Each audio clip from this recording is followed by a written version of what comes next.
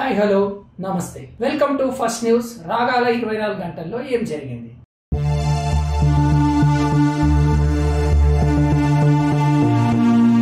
America అధ్యక్ష అభ్యర్థులు Donald Trump, కమలా Harris పై Pope Francis సంచలన వ్యాఖ్యలు చేశారు.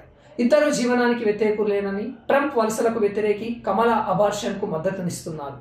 నేను అమెరికన్ను కాదు, నాకు అక్కడ ఓటు లేదు, కానీ ఒక్కటి మాత్రం వాస్తవం, వారిద్దరూ చేసేది పాపమే. అమెరికన్లు ఆ ఇద్దరిలో తక్కువ చెడ్డ వ్యక్తిని ఎంచుకోవాల్సి ఉంటుంది అని తెలియచేశారు. సునీల్ స్థానాన్ని సత్య భర్తీ చేస్తాడా? ఒకప్పుడు సినిమాలో అరడజన్ మంది కమెడియన్లు ఉండేవారు, కడుపుబ్బ నవ్వించేవారు. బ్రహ్మానందం, సునీల్ వంటి వారిని స్క్రీన్ పై చూడగానే ప్రేక్షకులకు నవ్వొచ్చేది. కానీ ప్రస్తుతం అలా జరగట్లేదు. ఈ తరుణంలో కమెడియన్ సత్య తన కామెడీ టైమింగ్ తో ఆకట్టుకుంటున్నారు. రీసెంట్ గా రిలీజ్ అయిన మత్తు వదలన 2 ఇందుకు నిదర్శనం. దీంతో అతను సునీల్ స్థానాన్ని భర్తీ చేస్తారని పలువురు అభిప్రాయపడుతున్నారు. బాలాపూర్ గణనాథుడి సేవలో డీజీపీ, కమిషనర్లు. గణేష్ నవరాత్రి ఉత్సవాల్లో భాగంగా 8వ రోజు పురస్కరించుకొని బాలాపూర్ గణనాథుడి వద్ద సందడి నెలకొంది. ఈ లంబోదరుని DGP Jitender, CP CV Anand, Rajakonda CP Sudheer Babu, GHMC commissioner Amrapali దర్శించుకొని ప్రత్యేక పూజలు చేశారు. ఈ సందర్భంగా కమిటీ సభ్యులు వారిని సన్మానించారు. వరుస సెలవులు, ఖైరతాబాద్ గణేశుడి దర్శనానికి పోటెత్తిన భక్తులు. ఇవాళ రేపు వరుస సెలవులు కావడంతో ఖైరతాబాద్ గణేశుడి దర్శనానికి భక్తులు పోటెత్తుతున్నారు. ఖైరతాబాద్ మెట్రో స్టేషన్ పూర్తిగా రద్దీగా మారింది. ఎల్బీ నగర్, మియాపూర్ మార్గాల్లో రైల్లోని కిటకిటలాడుతున్నాయి. దీంతో ఆయా మార్గాల్లో రద్దీకి తగ్గట్లుగా మెట్రో యాజమాన్యం చర్యలు చేపట్టింది. 70 అడుగుల సప్తముఖ మహాశక్తి గణపతి మంగళవారం రోజున గంగమ్మ ఒడిని చేరనున్నారు. దీంతో భక్తులు వచ్చి దర్శించుకుంటున్నారు. త్వరలో దుబాయ్, సింగపూర్లకు విమానాలు. రామ్మోహన్ నాయుడు, విమాన ప్రయాణికుల సంఖ్య మరింత పెంచుతామని కేంద్ర మంత్రి రామ్మోహన్ నాయుడు తెలియజేశారు. గన్నవరం ఎయిర్పోర్ట్ లో విజయవాడ, ఢిల్లీ ఇండిగో సర్వీస్ ను ఆయన ప్రారంభించారు. 3 నెలల్లో 4 కొత్త సర్వీసులు ప్రారంభించాం. అక్టోబర్ 26న విజయవాడ, పూణే, అక్టోబర్ 27న విశాఖ, ఢిల్లీ సర్వీసులు ప్రారంభిస్తాం. త్వరలో దుబాయ్, సింగపూర్ కు సర్వీసులు ప్రారంభిస్తాం. దేశం మొత్తం ఏపీ వైపు చూసేలా కనెక్టివిటీ పెంచుతాం అని రామ్మోహన్ ప్రకటించారు. ఆవు దూడతో ఆడుకున్న పీఎం నరేంద్ర మోదీ.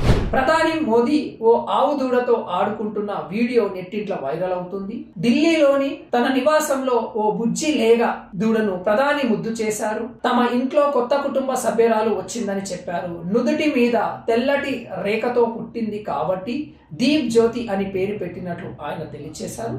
దూడకు పూజ చేయడంతో పాటు దాన్ని ఆయన బిడ్డల్లా ఎత్తుకొని తిరగడం విశేషం. ఈ వీడియో మోదీ ఇన్స్టాలో పోస్ట్ చేశారు. రియల్లీ ఈ వీడియో ఇన్స్పిరేషన్. ఒకప్పుడు గిన్నెలు కడిగి ఇప్పుడు ఎమీ హోస్ట్ గా ప్రముఖ comedian Vir Das international Emmy awards host చేయనున్న ఫస్ట్ ఇండియన్ గా హిస్టరీ క్రియేట్ చేశారు. డెహ్రాడూన్ లో పుట్టిన వీర్ దాస్ యుఎస్ఏ లో చదివేటప్పుడు ఖర్చుల కోసం వీధిలో గిటారు వాయించేవారు. డీప్ వాషర్, డోర్ మ్యాన్ గా పనిచేశారంట. డబ్బు లేక ఏటీఎం సెంటర్ల ముందు నిల్చొని కన్నీళ్లు పెట్టుకునేవాడట. దాదాపు 20 ఏళ్లకు ఎమీ అవార్డ్స్ హోస్ట్ ఛాన్స్ కొట్టేసిన నిజమైన టాలెంట్. ఎవరు ఆపలేరని నిరూపించారు. It's really super. హైదరాబాద్ ప్రజలపై సీఎం రేవంత్ పగబట్టారు. కేటీ రామారావు, తమ పాలనలో 10 ఏళ్లు హైదరాబాద్ ప్రశాంతంగా ఉందని, అందుకే నగర ప్రజలు ఎన్నికల్లో తమను ఆశీర్వదించారని కేటీఆర్ అన్నారు. కాంగ్రెస్ పార్టీకి ఇక్కడ ఒక్క సీటు కూడా ఇవ్వలేదని హైదరాబాద్ ప్రజలపై సీఎం రేవంత్ పగబట్టారు. హైడ్రా పేరుతో హైడ్రామా చేస్తున్నారు. ఇక్కడి ప్రజలంతా మావారే, ఎలాంటి ప్రాంతీయ ద్వేషం లేదు. మేము ఎంతో మంది సీఎంలను చూసాం, వారితో పోలిస్తే రేవంత్ చిట్టి నాయుడు లాంటోడు అని కేటీఆర్ విమర్శించారు. కేబీసీలో పవన్ కళ్యాణ్ గురించి ప్రశ్న. అమితాబ్ బచ్చన్ హోస్ట్ గా వ్యవహరిస్తున్న Kaun Banega Crorepati KBC programme AP deputy CM Pawan Kalyan గురించి ప్రశ్న వచ్చింది. 2024 జూన్ లో ఏపీ డిప్యూటీ సీఎం గా బాధ్యతలు తీసుకున్న నటుడు ఎవరు అనే ప్రశ్నకు A option Pawan Kalyan, B Chiranjeevi, C Nagarjuna, D Balakrishna పేర్లను ఆప్షన్ ఇచ్చారు.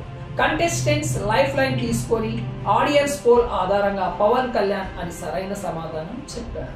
నీమ్స్ పిల్లలకు ఉచిత గుండె ఆపరేషన్. తెలంగాణ హైదరాబాద్ లోని నీమ్స్ ఆసుపత్రిలో చిన్నారులకు ఉచిత గుండె శస్త్రచికిత్సలు చేయనున్నట్లు సంచాలకుడు నగిరి బీరప్ప తెలియజేశారు.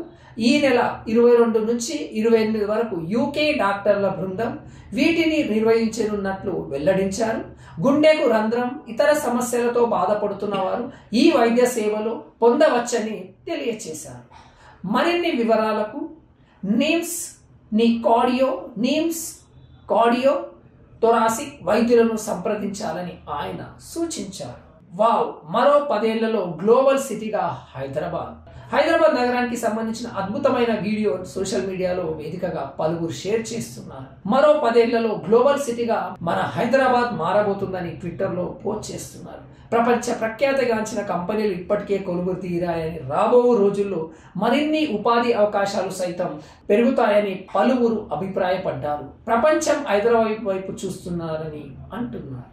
యూపీఐ పేమెంట్ చేసేవారికి గుడ్ న్యూస్. కొన్ని యూపీఐ లావాదేవీలకు ఒకేసారి 5 లక్షల వరకు చెల్లింపులు చేసే సదుపాయం రేపటి అంటే సెప్టెంబర్ 15 నుంచి అందుబాటులోకి రానుంది. ఇటీవల జరిగిన ద్రవ్య పరపతి విధానం సమీక్షలో ఈ నిర్ణయానికి ఆర్బీఐ ఆమోదం తెలపగా తాజాగా ఎన్పిసిఐ ఇందుకు అనుమతి ఇచ్చింది.